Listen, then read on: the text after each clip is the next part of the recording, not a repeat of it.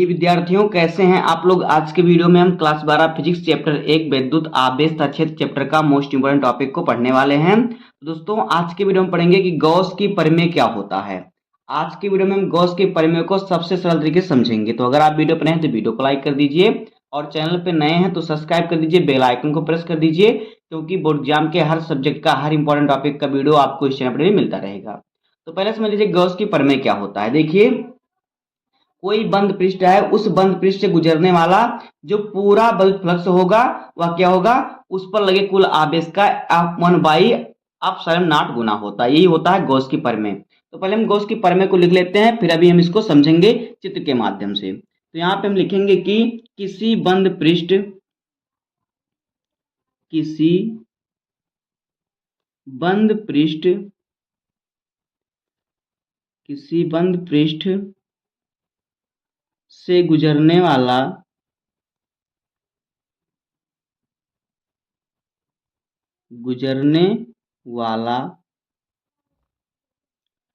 संपूर्ण वैद्युत फ्लक्स।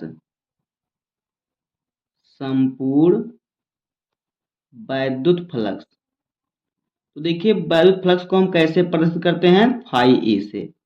तो संपूर्ण वैद्युत फ्लक्स जो होता है क्या होता है, फाई ई होता है। तो फाई ई तथा तथा उस पृष्ठ पर कुल आवेश तथा उस पृष्ठ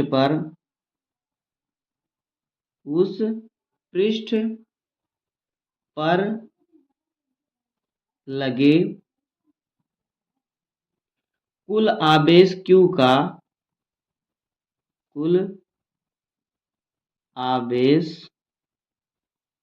आवेश को हम Q से प्रदर्शित करते हैं। Q का क्या होता है, 1 बाई एप्सिलॉन नॉट गुना होता है।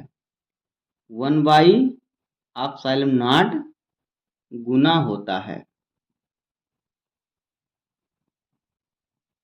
तो यही होता है गॉस की प्रमेय कि कोई पृष्ठ किसी बंद पृष्ठ से गुजरने वाला संपूर्ण वैद्युत फ्लक्स जो होता है, उस पृष्ठ पर लगे कुल आवेश का क्या होता है, Q का 1 बाई एप्सिलॉन नॉट गुना होता है। तो देखिए यहाँ पे आप चित्र द्वारा समझिए, ये हमारा मान लीजिए कोई पृष्ठ है, बंद पृष्ठ है। इस पूरे को पहले देखिए, इसको मत देखिए आप पूरे को। तो ये पूरा हमारा एक बंद पृष्ठ है। अब इस बंद पृष्ठ से जितना वैद्युत फ्लक्स गुजरेगा वह क्या होगा, इस पर लगे कुल आवेश का 1 बाई एप्सिलॉन नॉट गुना होगा। तो यही हमारा होता है गॉस की प्रमेय। तो क्या कह रहा है, देखिए जो विद्युत फ्लक्स होता है क्या होता है, विद्युत फ्लक्स को हम फाई ई से प्रदर्शित करते हैं। तो फाई ई बराबर क्या कह रहा है कि Q बाई 1 बाई क्या है, एप्सिलॉन नॉट गुना। तो यहाँ पे जो है Q into 1 by epsilon nought गुना होता है। इसको हम आगे सॉल्व करेंगे तो ये हमारा हो जाएगा, देखिए फाई ई बराबर, देखिए Q का गुणा 1 में हो जाएगा तो Q बटे एप्सिलॉन नॉट। यही होता है गॉस की प्रमेय का सूत्र। अब इसी सूत्र को हमें सिद्ध करना है, हमें इसका व्यंजक प्राप्त करना है, गॉस की प्रमेय का व्यंजक में प्राप्त करना है। जो ये सूत्र होता है फाई ई बराबर Q बाई एप्सिलॉन नॉट, इसे ही हमें सिद्ध करना है। फाई ई है वैद्युत फ्लक्स, Q है आवेश। तो इसी को हमें सिद्ध करना, तो इसको हम क्या करते हैं, सिद्ध करते हैं। तो देखिए, माना कि ये हमारा एक क्या है, एक हमारा बंद पृष्ठ है। ये हमारा एक बंद पृष्ठ है, इस पर Q आवेश है। Q आवेश से R दूरी पर एक बिंदु P स्थित है। तो इस क्या है, P बिंदु स्थित है। हमें इस पर क्या करना है, इस पर हमें विद्युत क्षेत्र की तीव्रता ज्ञात करनी होगी। तो देखिए यहाँ ये क्या है, जो यहाँ पे देखिए बिंदु P स्थित है, और बिंदु P में देखिए क्या है, यहाँ पे एक हमारा क्षेत्रफल है। क्या हमने एक माना, एक हमारा छोटा हमने क्षेत्रफल है जिसका हमने नाम DA दिया। तो इस DA क्षेत्रफल से जो हमारा देखिए विद्युत क्षेत्र की तीव्रता E है, इसमें विद्युत क्षेत्र की जो तीव्रता है इससे और फिर DA जो क्षेत्रफल है, इनके बीच जो बना कोण होगा वो थीटा कोण होगा। अब देखिए इस क्षेत्रफल इसके केंद्र पर जो घन कोण बनेगा वो डी ओमेगा, क्योंकि छोटा क्षेत्रफल है तो छोटे क्षेत्रफल को हम डी ए से प्रदर्शित करेंगे और छोटा कोण घन कोण को हम डी ओमेगा से प्रदर्शित करेंगे, क्योंकि ओमेगा जो होता है घन कोण होता है। तो ये हमारा चित्र है। तो इसको हम पहले लिख लेते हैं, जो जो हमने यहाँ पे चित्र में किया उसको हम लिख लेते हैं। तो आइए हम इसमें लिखते हैं चित्र में कि माना, देखिए जिस प्रकार से मैं लिखूंगा इसी प्रकार से आपको नोट बनाना है। तो यहाँ पे देखिए माना एक बिंदु माना एक बिंदु आवेश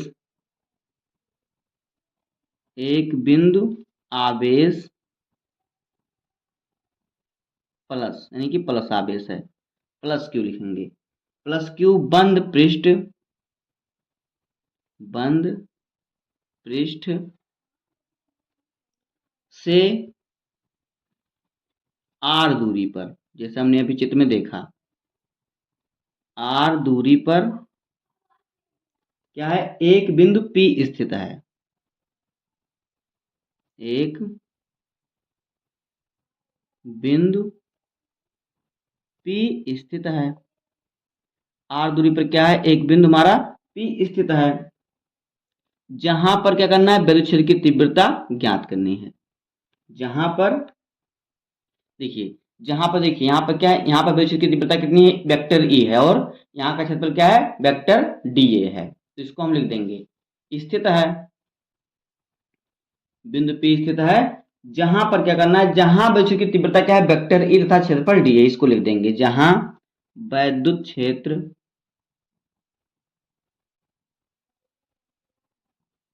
क्या है, वेक्टर E है, वेक्टर E तथा जो स्मॉल क्षेत्रफल है, तथा जो क्षेत्रफल यानी कि छोटा क्षेत्रफल है, वो क्या है, वो है देखिए वेक्टर dA, क्योंकि छोटा क्षेत्रफल है तो उसे dA से प्रदर्शित करेंगे। अब देखिए इनके बीच का कोण क्या होगा, थीटा कोण होगा, तो इनके बीच जो कोण होगा क्या होगा, इनके बीच कोण बना कोण क्या होगा, देखिए इनके बीच बना कोण जो होगा वो थीटा कोण है। इतना आपको लिख देना है। तब देखिए, तब यहाँ पे देखिए, माना कि एक हमारा कोई बंद पृष्ठ है, इस पर हमने प्लस क्यू आवेश लिया, प्लस क्यू आवेश से आर मीटर की दूरी पर एक बिंदु P स्थित है, जहां पर इसका देखिए विद्युत क्षेत्र की तीव्रता यहाँ पे E है, और हमने एक छोटा क्षेत्रफल लिया जिसका हमने नाम दिया dA। तो dA क्षेत्रफल से और विद्युत क्षेत्र के बीच बना कोण थीटा कोण होगा। अब देखिए यहाँ पर देखिए, जब इस क्षेत्रफल छोटे क्षेत्रफल के कारण जो O बिंदु पर हमारा जो है प्लस क्यू बिंदु पर या फिर O बिंदु पर जो हमारा छोटा घन कोण बनेगा वो d ओमेगा होगा। तब देखिए हम क्या करेंगे, इस छोटे से क्षेत्रफल से गुजरने वाला विद्युत फ्लक्स ज्ञात कर लेंगे, उसके बाद हम संपूर्ण के लिए ज्ञात कर लेंगे, तो हमारा आ जाएगा गॉस के प्रमेय का जो व्यंजक है। तो पहले हम इस छोटे क्षेत्रफल के लिए ज्ञात करते हैं। तो आइए इसको हम लिखते हैं कि छोटा क्षेत्रफल dA के गुजरने वाला कुल विद्युत फ्लक्स, तो इसको हम लिखेंगे पहले यहाँ पर। तो आइए इसको लिखते हैं। तो देखिए यहाँ पे हम लिखेंगे कि dA क्षेत्रफल से गुजरने वाला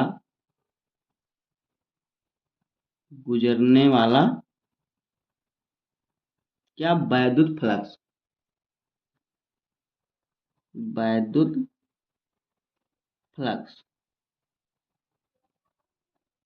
तो देखिए dA क्या है, dA हमारा जो है छोटा क्षेत्रफल है, स्मॉल क्षेत्रफल है, तो स्मॉल क्षेत्रफल से हम गुजरने वाला विद्युत फ्लक्स ज्ञात कर लेंगे। तो देखिए जब छोटा क्षेत्रफल रहेगा तो छोटा विद्युत क्षेत्र भी होगा, तो इसलिए यहाँ पे देखिए, और छोटा विद्युत क्षेत्र होगा तो वहां पे क्या होगा, देखिए वहां से कम जो विद्युत फ्लक्स होगा, कम विद्युत फ्लक्स गुजरेगा। तो जहां पे थोड़े की बात आती है वहां पे हम लगाते हैं क्या, d।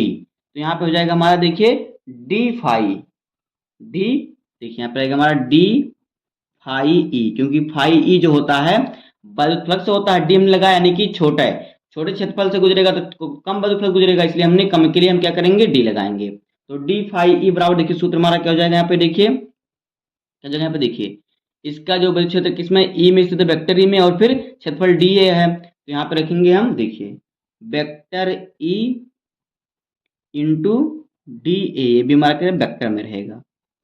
अब देखिए अगर हम क्या करें, अगर यहाँ से वेक्टर को हटाएंगे, जब यहाँ से वेक्टर हटेगा तो यहाँ पे देखिए क्या आ जाएगा, यहाँ पे कॉस थीटा आ जाएगा, क्योंकि देखिए हमारा सूत्र होता है, देखिए vector A into vector B बराबर क्या हो जाएगा, देखिए ए बी कॉस थीटा, ये क्या होता है, ये हमारा सूत्र होता है। तो इस सूत्र पे हम रखेंगे तो देखिए क्या हो जाएगा, वेक्टर ई है, वेक्टर डी है, तो वेक्टर रहेगा तो कॉस थीटा यहाँ पे आ जाएगा, तो यहाँ ये हम यहाँ पे हमारा हो जाएगा डी फाई ई बराबर E into D A cos theta, ये हो जाएगा। आगे इसको थोड़ा और हम सॉल्व करेंगे तो देखिए, जो ई हमारा क्या है, वैद्युत क्षेत्र है। तो वैद्युत क्षेत्र की तीव्रता का सूत्र क्या होता है, देखिए जो विद्युत क्षेत्र की तीव्रता होती है उसका सूत्र क्या होता है, तो उसका सूत्र होता है, देखिए ई बराबर क्या होता है, 1/4 pi epsilon naught into Q by R square, ये हमारा सूत्र होता है। तो ई की जगह पर हम इतने को रखेंगे, तो देखिए तब हमारा क्या हो जाएगा, जब हम ई की जगह पर इतना रखेंगे तो ये हो जाएगा डी फाई ई बराबर क्या हो जाएगा, देखिए 1/4 pi epsilon naught into Q by R square, और इंटू में क्या हो जाएगा हमारा, देखिए D A cos theta, D A cos theta.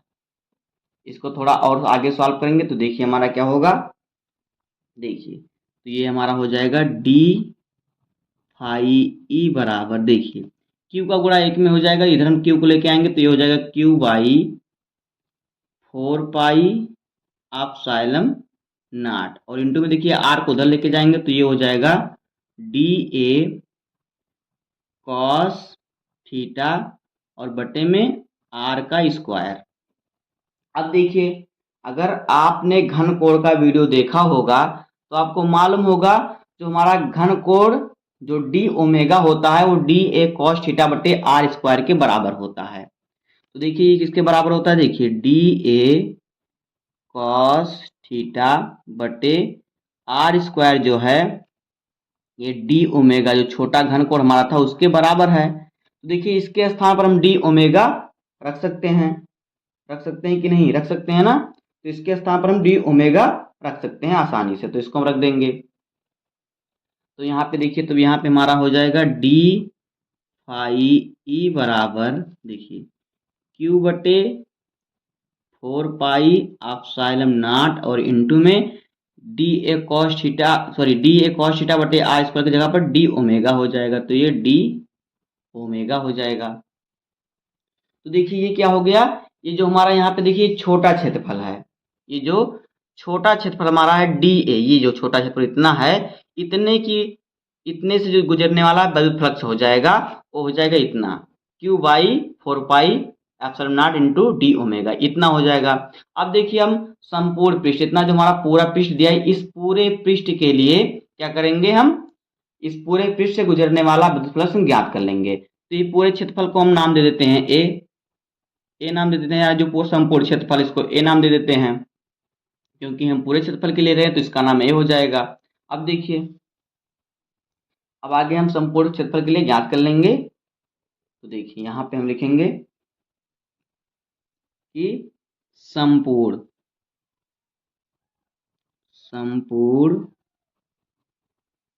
क्षेत्रफल, संपूर्ण क्षेत्रफल ए से गुजरने वाला विद्युत फ्लक्स, से गुजरने वाला